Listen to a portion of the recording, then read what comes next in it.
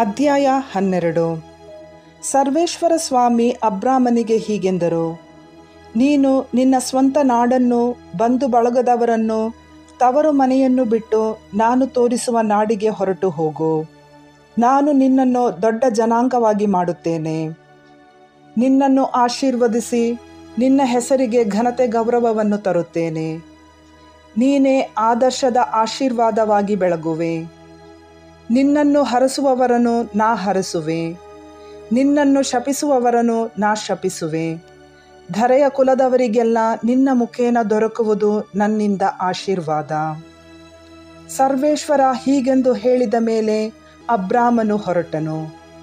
ಲೋಟನು ಅವನ ಸಂಗಡವೇ ಹೋದನು. ಆ ಹಾರಾನ್ ಪಟ್ಟಣವನ್ನು ಬಿಟ್ಟು ಹೊರಟಾಗ ಅಬ್ರಾಮನಿಗೆ 75 ವರ್ಷಗಳಾಗಿದ್ದವು.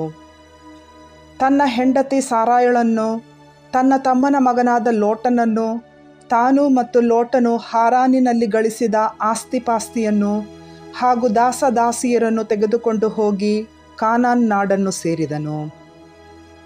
ಆ ನಾಡಿನಲ್ಲಿ ಸಂಚರಿಸುತ್ತಾ ಅಬ್ರಾಮನು ಶೆಕೆಮ್ ಪುಣ್ಯಕ್ಷೇತ್ರದಲ್ಲಿರುವ ಮೋರೆ ಎಂಬ ವೃಕ್ಷದ ಬಳಿಗೆ ಬಂದನು.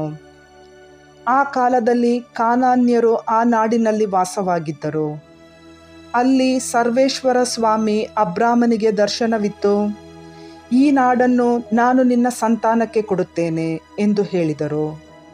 ತನಗೆ ದರ್ಶನ ಕೊಟ್ಟ ಸರ್ವೇಶ್ವರನಿಗೆ ಅಬ್ರಾಮನು ಅಲ್ಲಿ ಒಂದು ಬಲಿಪೀಠವನ್ನು ಕಟ್ಟಿಸಿದನು.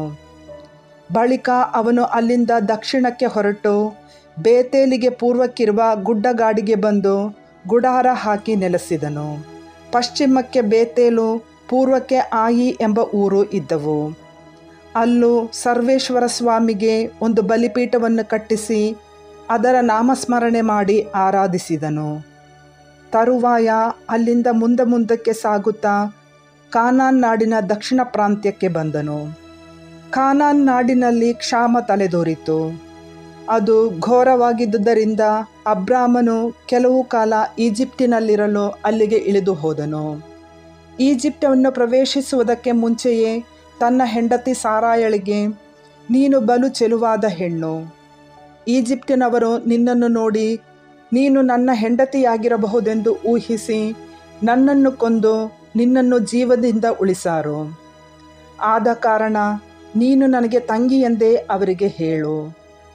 ಆಗ ನಿನ್ನ ನಿಮಿತ್ತ ನನಗೆ ಸತ್ಕಾರ ದೊರಕುವುದು, ನಿನ್ನ ದೆಸೆಯಿಂದ ನನ್ನ ಪ್ರಾಣ ಉಳಿಯುವುದು ಎಂದು ತಿಳಿಸಿದನು.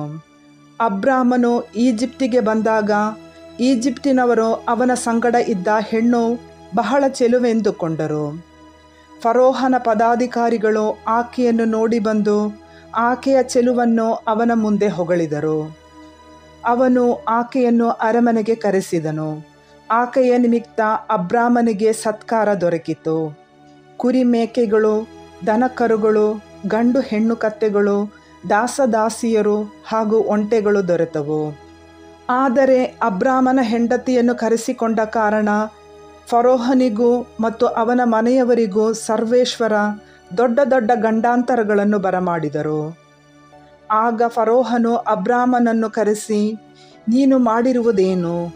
ಆಕೆ ನಿನ್ನ ಹೆಂಡತಿ ಎಂದು ನನಗೇಕೆ ತಿಳಿಸಲಿಲ್ಲ? ತಂಗಿ ಎಂದು ಏಕೆ ಹೇಳಿದೆ? ಹಾಗೆ ಹೇಳಿದ್ದರಿಂದಲೇ ಆಕೆ ನನಗೆ ಹೆಂಡತಿಯಾಗಲೆಂದು ಕರೆಸಿಕೊಂಡೆ.